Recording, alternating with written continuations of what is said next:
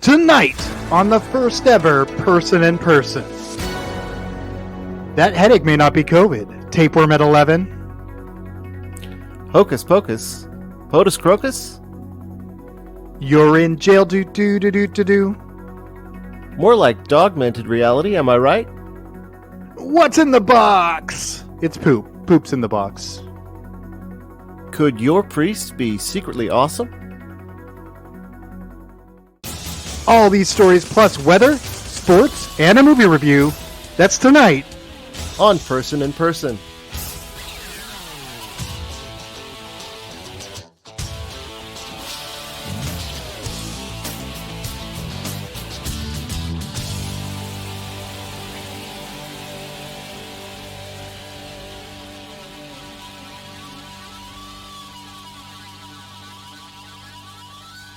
Good evening, America. This is Gene Person.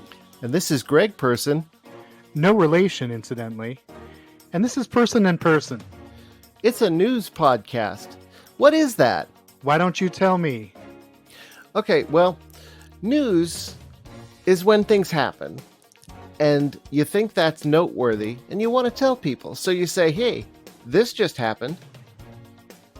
Greg, can you explain to our audience what a podcast is?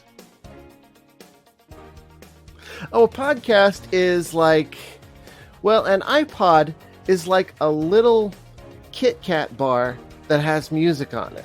And you don't eat it, you put it on your ears. And so a podcast is like the cookie inside the Kit Kat of your iPod. And so that's what we're doing, except instead of a cookie, it's news. Greg, you are blowing my mind. This is not your father's news. This is not a show where we just report the news. We dig deep on stories that are of interest to us. Stories that make us laugh. Because we're tired of the stuffed shirts who report the news. We're tired of stories that fill us with anxiety. We're tired of facts unmoored from context. We don't want more of your facile, fatuous answers. We want more questions. And ladies and gentlemen, that's why we started this show in the first place. That and the sweet, sweet funding from the Perineum Group. You know, in between the left and the right, there's a sweet spot. That's perineum. Don't let other news broadcasters taint your view of the world. Trust in perineum.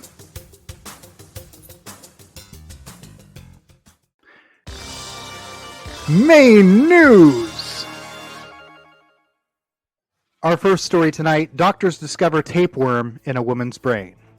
Okay, so this happened in Australia, which is not normally an area that we would cover on our main news segment. Normally that's reserved for world news.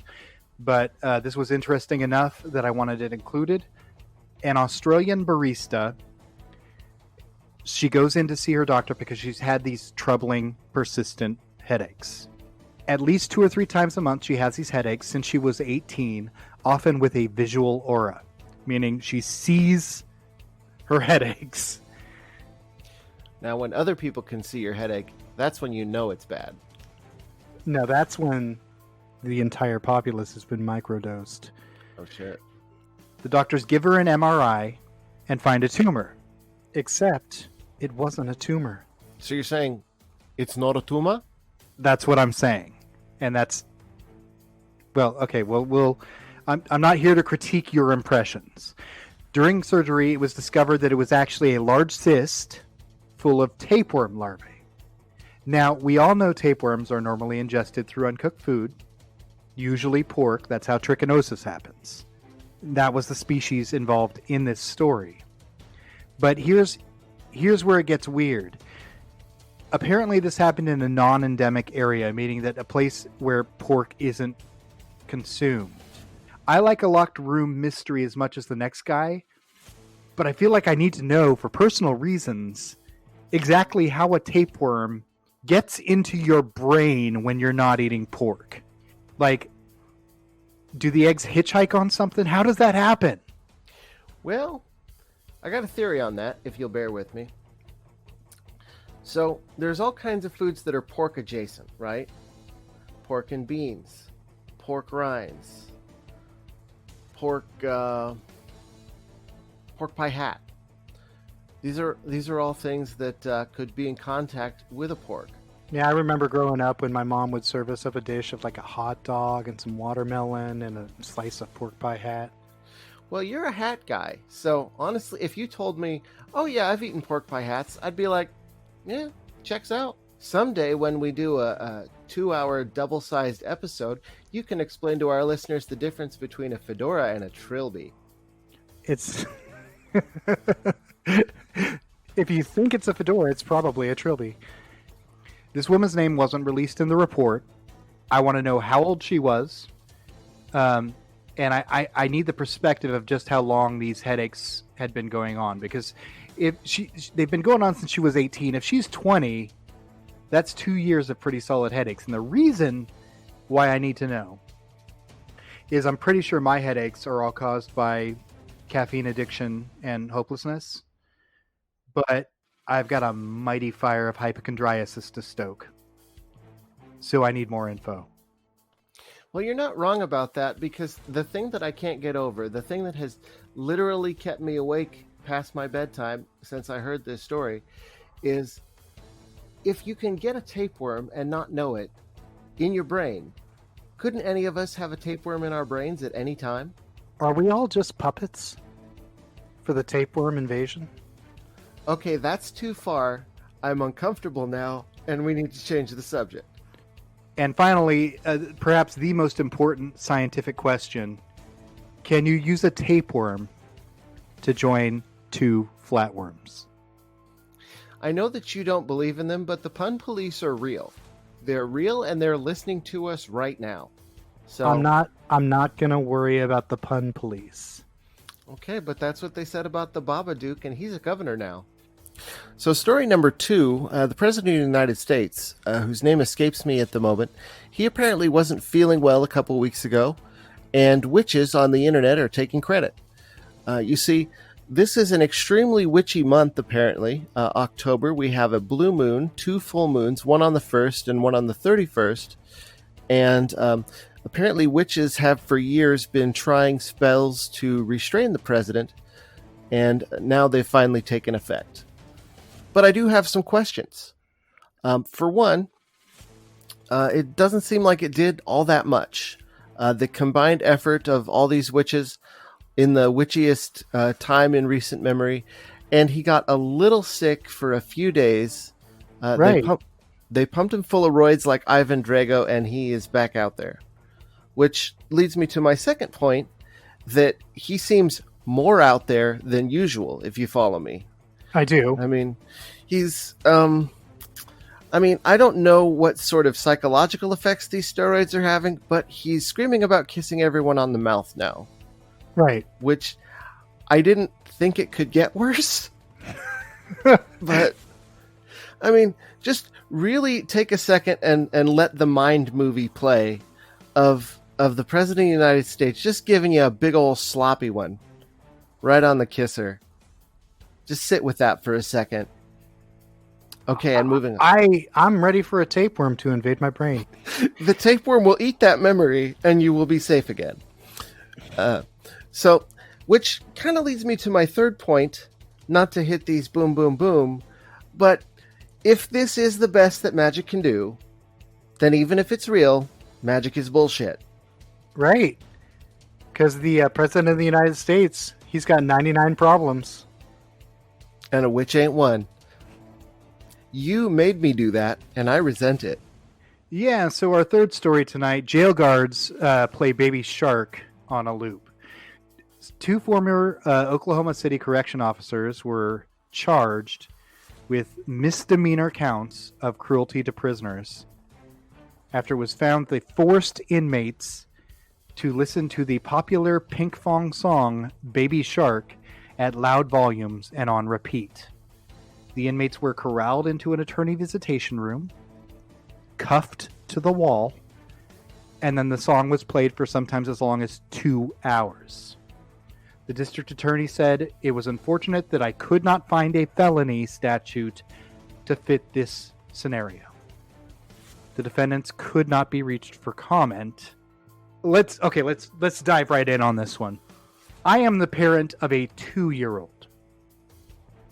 And I want to be unequivocal here. If 2 hours of Baby Shark is a felony, my child will never see the outside of a cell. I can do 2 hours of Baby Shark in my sleep as long as there's someone else around to watch the kid. I'm not trying to excuse the actions of the corrections officers who were clearly in the wrong in this situation, as are, in my opinion, all of the children of this United States of America and indeed the world at large. In all honesty, Baby Shark kind of lost its sting for me a while ago, somewhere around like the 400,000th playthrough. Mm-hmm. Maybe it's the fact that my kid is adorable when he sings and dances along. Maybe that softens the blow. I'm also not in handcuffs. I'm not, at least not physical handcuffs. I'm in metaphorical handcuffs. But I felt like this would have been a bigger torture for the inmates if they were listening to some of the other Pink Fong tracks. I don't know if you're familiar. Or there's this other show that he likes to watch on YouTube called Little Angels, which is just absolute trash. They don't bother to rhyme even when they're singing lyrics to familiar songs like Pop Goes the Weasel. All around the mulberry bush, the monkey chases the weasel. Don't get in the pool too fast. It's dangerous. I feel like I'm going off on a tangent here. I'm going to dial it back, and I'm going to summarize the story one more time. 2 jail guards decide that since they can't waterboard inmates anymore, they need to be creative. And they decide to play the inmates Baby Shark Doo Doo Doo Doo Doo Doo, which recounts the story of an entire shark family as they decide to go hunt Doo Doo Doo Doo Doo Doo, cuffing the inmates so they couldn't run away Doo Doo Doo Doo Doo Doo, and the inmates wouldn't be safe at last Doo Doo Doo Doo Doo Doo, until it was the end. Doo Doo Doo Doo Doo Doo. Grim stuff. So story number 4 is a civilian contractor that's developed augmented reality goggles to put on dogs in the army. And apparently, there are dogs in the army. They have handlers that tell them to do things. And the handlers would like it if they were further away. So they tried to put speakers on the dogs' collars to direct them verbally, but the dogs got confused. But they find that if they use these goggles, then they can give the dogs simple visual cues that the dogs will then follow without too much trouble. But I have questions about this. Huh. You've seen the movie, the classic Pierce Brosnan vehicle, Lawnmower Man, I trust? Sure. God made him simple. Science made him God. I love that you remember the tagline for that completely forgettable movie that I somehow have never been able to forget. In this movie, for those who haven't seen it, they give the simple man some mind-expanding drugs and put him in a VR situation, and he becomes super intelligent, psychopathic, and he develops telekinesis, like you do. Sure. I'm wondering, is it safe to give this technology to dogs who, while maybe a little simpler than a simple man, are just pure id? Is the kind of creature that's going to eat the body of a dead squirrel out of the wheel well of a truck, good to be given superpowers? Imagine your dog with telekinesis. It's like your dog with thumbs, but way worse. The U.S. Army has 99 problems. Now, we can't say that on the podcast, Gene. This is a family show. So, my second question is this. Apparently, we've been using dogs in armies for thousands of years to fight our wars, and yet the humans have been in charge, and none of the fundamental social problems that we've been trying to solve with war have been solved. Which makes me wonder, is it time to put the dogs in charge, Air Bud style? Now, there is nothing in the rules of engagement that says a dog can't be an officer. Wooficer. I want you to think about this. What is a sports team except a sort of proxy army. You know, why don't we go for the real thing, put the dogs in charge, just see what happens? I mean, it can't be worse, right? I guess not. You're on board. Yeah, that's it. Yeah. Folks, call your congressman. Let him know it's time to put the dogs in charge. And the third thing I'm wondering, Gene, is what are recruiters promising these dogs to get them to sign up? Well, I mean, a sad truth is that it doesn't really take all that much. It could be as simple as just treats. It could be belly rubs. I mean, I can't even get my dog to stop barking at the neighbors he's lived next to his entire life for anything. No power on earth can compel him to do this simple thing. How are they getting these dogs to care about what's happening in Syria? What kind of signing bonus lures in a dog? You know, do they get to go to college on the GI Bill? Should more dogs be in college? Was I supposed to take one of those edibles or two? You're supposed to share. What's story number 5? Man poops in box, puts it back on the shelf. In Van Buren Township, Michigan, named after, of course, the famous president, Martin Township, police report that a man entered a department store called Meijer's. Not to be confused with Fred Meyer, a Kroger store here in the Pacific Northwest. This man was caught on security footage pooping in a box in one of their aisles and then putting the box containing the poop back on the shelf before stealing a few other things and leaving in a light-colored Ford Escape. Dude, I have so many questions. Do tell. Does Meijer offer public restrooms? Because if not, I mean, they're kind of asking for it. But if so, what the hell? I mean, I feel like if not, at least there's some poetic justice happening here. What kind of box was it?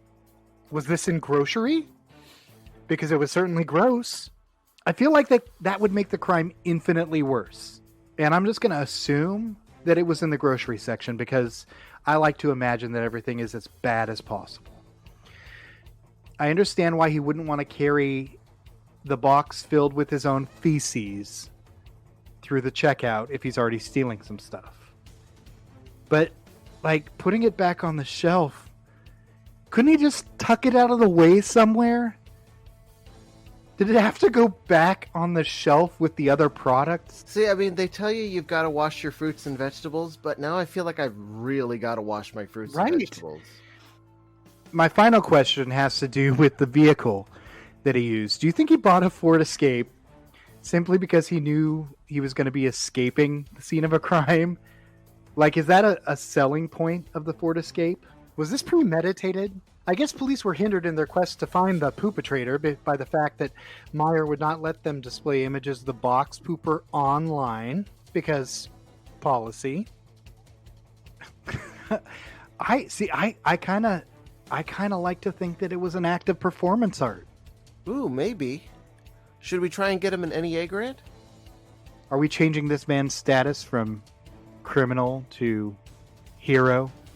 I also have a lot of questions about this. I mean, not even so much questions as just a general feeling of bafflement and existential dread. I mean, you said this was in Michigan, right? Right. Well, now that's the Florida of the North. We all know that. Sure. And the laws of cause and effect break down inside the borders of Michigan and Florida. But I just can't picture it. I mean, I can't even poop if there's not a door on the stall. The mere fact that a person is able to poop in a box, in a store, in an aisle, he needs to be locked up because that's a man that can't be stopped by anything. Right. Okay, our final main story of the evening. A priest in Louisiana was charged with obscenity and removed of his post because he was filming an S&M sex show, having sex on the altar of his church. A passerby came by, saw it happening through the window, whipped out her phone, took a video of her own.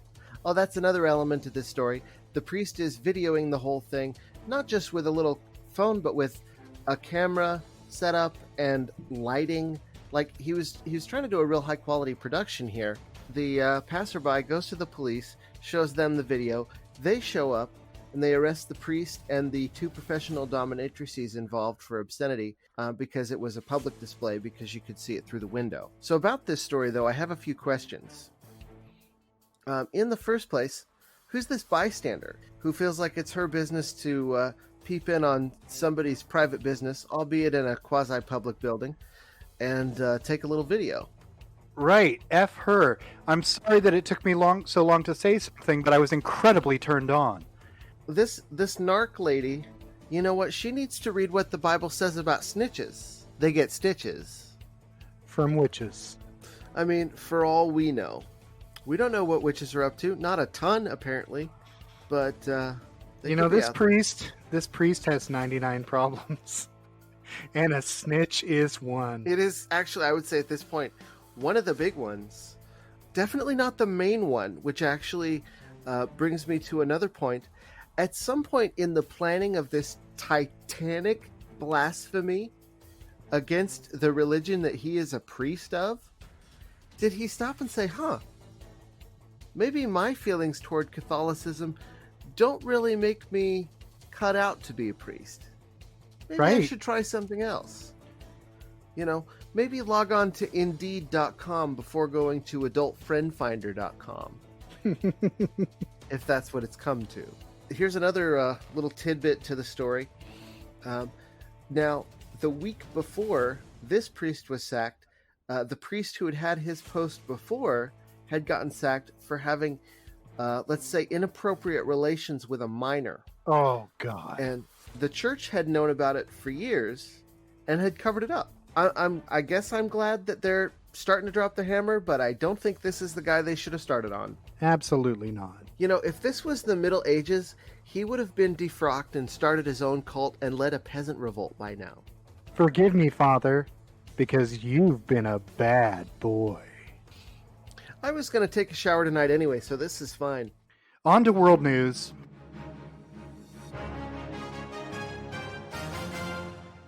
We got 2 stories for you in world news tonight. From our London desk, which is just a guy. His name is Guy. A wild animal park in Lincolnshire adopted several parrots, but ultimately they had to remove the birds from public view because the parrots had a bad case of potty mouth. The staff said it's not uncommon to hear occasional swearing from adopted birds, but in this case they quarantined 5 of the birds together. They kept sharing these words with each other until it was just one long chorus of foul-mouthed activity. Pun very much intended. Within 20 minutes of opening the exhibit, the new parrots began berating employees and guests with obscenities, were removed to the behind the scenes where they will hopefully become more acclimatized to the noises of the park and the other parrots. But here's my thinking. Wouldn't it be awesome if these 5 new parrots taught the rest of them and it sort of spiraled into this weird curse word Pawnee pool? And then when children visit, the virus makes the interspecies jump and they're learning the new words, and suddenly it's HBO's Deadwood writ large. Look out, Gene. If we're not careful, adults are going to start swearing soon. Heaven forbid. I would argue that there are far worse things that the parrots could be saying. Can you imagine hundreds of parrots singing Baby Shark? I'd pay good money for that. Now, I know we're not supposed to swear on this show. I mean, we already have. But I can't help it. Do you think one of the parrots was a macaque sucker? You know what? That's a good one. I'm going to let that one go. That pleases me. From our Hanoi desk, a factory in Hanoi is being investigated by police after the owner admitted to purchasing over 300,000 used condoms to be washed, recycled, and resold to the general public. A raid was conducted after police were tipped off by a concerned citizen, and police discovered that they were in fact washing, reshaping, and repackaging the used condoms. Just Jesus. How are they getting these used condoms? Are they picked up off the apparently condom-paved streets of Vietnam? Is there like a depository somewhere Did they work out a backroom deal with local brothels? What is, pray tell, the set of circumstances under which they were able to procure over 300,000 used condoms? Well, there's one thing we can say that's a positive in this story, and that's that the men of Vietnam are apparently wrapping it up. My second question is, were these condoms being resold in Vietnam only? Is there any chance that these made their way into U.S. markets? Because if so, is it time for a second Vietnam War? Well, think about this, though. If the streets really are paved with used condoms, do you want to invade? It'd be pretty slippery. Yeah, it'd be like a slip and slide. The worst slip and slide. Okay, that's all our top stories for tonight. It's on to the weather. And it's time for the emotional weather. How you feeling tonight, Greg? I gotta tell you, Gene, I feel great. Today is a day of new beginnings in all kinds of ways. This podcast is really just one of them. I'm not going to tell you about the others because they're none of your goddamn business. Gene, how's your weather? Oh, it's only a matter of time before I kill us all. Chilling. Okay. And now, with a spotlight on food crime, it's Greg Person. All right, so dig this. Each week, as you know, we spotlight a particularly heinous food crime. But for our first episode, I had to get this one out. It's been torturing me for years. I cannot get it out of my head, and I want to give that gift to you all. So there is a cookie store in California which should and must and ever shall remain nameless that makes a Cheeto sugar cookie. So this is sugar cookie dough that is impregnated, is the only word, with cheese powder like you get in a box of macaroni and cheese, and Cheeto crumbs, Cheeto dust, Cheetos that have been pulverized in a food processor. And then it is rolled on the outside in the Cheeto dust, and then baked, and then this is the worst part, served to human beings as food. My God. Yeah. They spent so long wondering whether or not they could. They didn't bother thinking whether or not they should, to quote Ian Malcolm. Indeed. God, that movie rules. Is there any situation where there isn't an applicable quote from Jurassic Park? No, there is not. I think that life finds a way. Should we bail on the news concept and just talk about how great Jurassic Park is, like as a whole thing every week? As a format, just go off on Jurassic Park every week? Just over and over again. And I mean, we're good at it. We're good at talking about Jurassic Park, but we're great at talking about the news. All right, so for some god-awful reason, Cheeto cookies. Let's go. Well, the good news is apparently they're sold out. I looked on their website to see if they were still available, and apparently they're not. So maybe, as the kids say, the world is healing. We're doing God's work here, and I don't mean hooking up with some dominatrixes in a church. All right, it's time for the movie review. So here's how the movie review segment works, folks. We're going to talk about a movie. One of us has seen it, the other has not, and you get to guess who it is.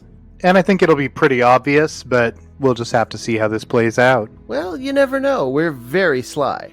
So the movie we're going to talk about this week is a recent favorite, Bill and Ted Face the Music, the third and final installment in the beloved Bill and Ted franchise.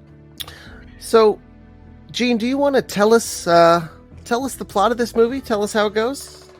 Okay, so it's about these two guys named Bill and Ted. And, well, you need to know a little bit of the backstory.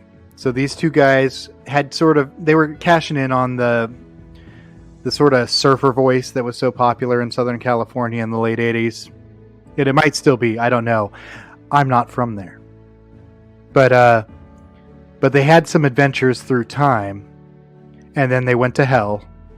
And now, in the third movie, they've decided to open up a quaint little B&B in Vermont.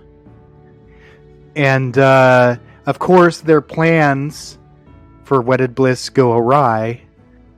And I needn't tell you this, Greg. Representation matters. True.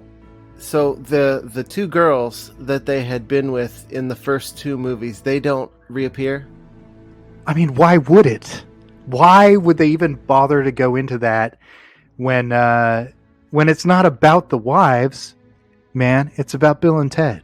I mean, fair enough. So you're saying that this movie does not at any point feature their female heterosexual wives as key characters and elements of the plot. And are there any robots in this movie? Robots? When they move to Vermont, yes, there is a robot whose primary job is to harvest maple from the trees. So he's basically a bucket with a spigot, and he fucks the trees? It's implied. That's pretty much dead on. I mean, as far as I know, that is exactly what happens in Bill and Ted Face the Music. So, Gene, the first two movies have a lot of time travel. Does this movie have any time travel at all? Well, see, here's the thing, is, no.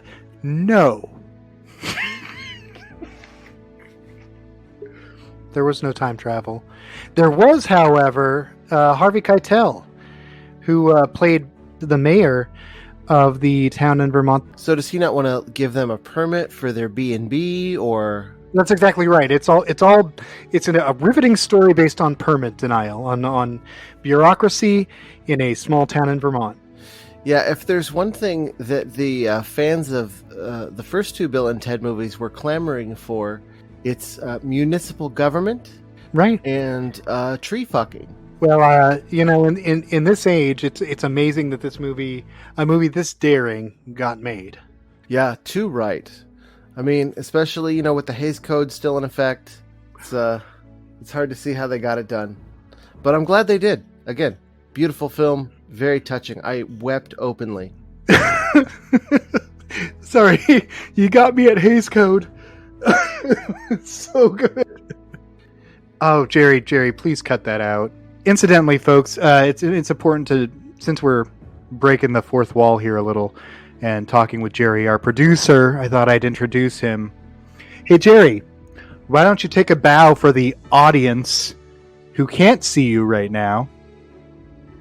And then back up a little more. Keep going. And then out that door, because I don't want to see your face around here in this studio again. Thanks. Listen, Jerry's trying to turn us into some kind of crazy, slick, polished news show, and that's never what we're going to be. Folks, it's sports. Our sports segment may be a little different from other sports segments you're used to. We don't like to involve the footballs, the hockeys, the basketballs, all that stuff that the big networks do. We want to tackle contests that are just a little more often overlooked.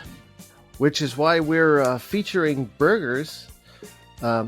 We have a burger battle royale with cheese. It's playoff season, folks, and it's time for your review. The first matchup tonight in the hamburger bracket, Baconator and Sourdough Jack. Now, I was really looking forward to seeing this one. These are two teams that I enjoy very much. Very similar in a lot of ways. Have a lot of the same attributes, and I was curious to see how they'd stack up against each other. Now, when you have two teams that are so evenly matched, one of them's really got to bring the special sauce. And, the Baconator did a fine job. It had all the fundamentals in place. Lots of beef, lots of cheese, had two buns on either side to keep you from getting meat and cheese on your hands. And it did have the bacon. But the thing is if it wanted to come out on top in this contest, the bacon really needed to come through, and I'm afraid tonight it just didn't happen. So, Sourdough Jack cruises on to the next round. Adios, Baconator. Hasta la vista, baby. In our next matchup, the double animal style versus the Five Guys cheeseburger. Now, every year when the playoffs begin, I'm hoping for a match like this. In-N-Out comes out of the gate strong with fresh ingredients, good flavors, and in fact, judging by the lines to get into the arena, a far more popular following on this home game. But unfortunately, they fell short on patty size, and really, Five Guys just brought a ton of flavor and ingredients. They were not playing around at all. At the beginning of the season, they were pretty clear that they were out to win it all, and In-N-Out, despite being one of the better contenders to make the top rankings for the Western Conference, and their noted animal style of play, just found themselves outmatched. The double-double proved to be nothing more than a speed bump on the road to a Five Guys victory. As is often the case with fans of In-N-Out, there are cries for review of the officiants. But while there's always next year, In-N-Out is finally out. Special teams can play an important role. What role did fries have in this game? I'm not going to lie, Five Guys Fry Game has been exceptional all year long, throughout the regular season and throughout the Cajun season. That's really good. Jerry, leave that in. And our third matchup in the quarterfinals, quarter pounder finals, if you will, the McDonald's Big Mac versus the Hardy/Carl's Jr. Thick Burger. Folks, send the kids out of the room and cover your eyes. This was a massacre. It ranks among history's most awful crimes. There is a reason that David and Goliath is a legendary story. It's because 99 times out of 100, the giant wins, and this one was no exception. The Thick Burger is not a bad burger. It's a good journeyman burger. It's got all the basics down, but when you're facing a titan like the Big Mac, you basically have no chance. And for them to be going up against a top-seeded or top sesame-seeded team, if you will, like this is just not fair. So, of course, the Big Mac moves on to the semis, and the Thick Burger off. And our final matchup, Whopper versus Double Del. Folks, the BK curse continues, with Burger King stumbling early and playing catch-up the whole series. Relative newcomers Del Taco hit hard and fast using strong offense and their unique style of play to crush what was once a powerhouse of the league with relative ease. This puts future prospects for the King in danger with both franchise and management issues. This could be the last time they even find themselves in the playoffs. Sloppy play from the Kingdom means Double Del goes on to face Five Guys in next week's semifinals. So it'll be Five Guys versus Del Taco and the Sourdough Jack versus the Big Mac. We're getting closer to the cup. I just can't wait. Our final segment of the evening, as every evening, is Person to Person. Your chance to send us valuable feedback. So first off, I have an email that I'm going to read here, Greg. Dear Mr. Greg and Gene Person, how are you? I am fine. Thank you for having the guts to talk about real stories while the rest of them just talk about elections and stuff that isn't funny. You are my heroes. You are one of my heroes. Maybe not as great as Batman, but at least as great as Iron Man. Yours truly, Little G Person. I have another letter from a listener. It goes like this. Dear Person in Person, I love your news show, but do you think you could maybe pivot into being a show talking about Jurassic Park? Everybody loves those movies with the dinosaurs and the people they run around. It's great. So, although I enjoy news very much, I think I enjoy Jurassic Park a little more, and you should talk more about that. Sincerely, G Person. Folks, that's all the show we have for you tonight. We'd love to receive your emails and feedback. You can always reach us at personandpersonshow@gmail.com or call our voicemail line 541-249-5933. You can tweet us at AnchorPersons or find us on Facebook, Person and Person Show. And this is Gene Person saying you should always end a comedy set with a callback. This is Greg Person saying they do move in herds. Good night.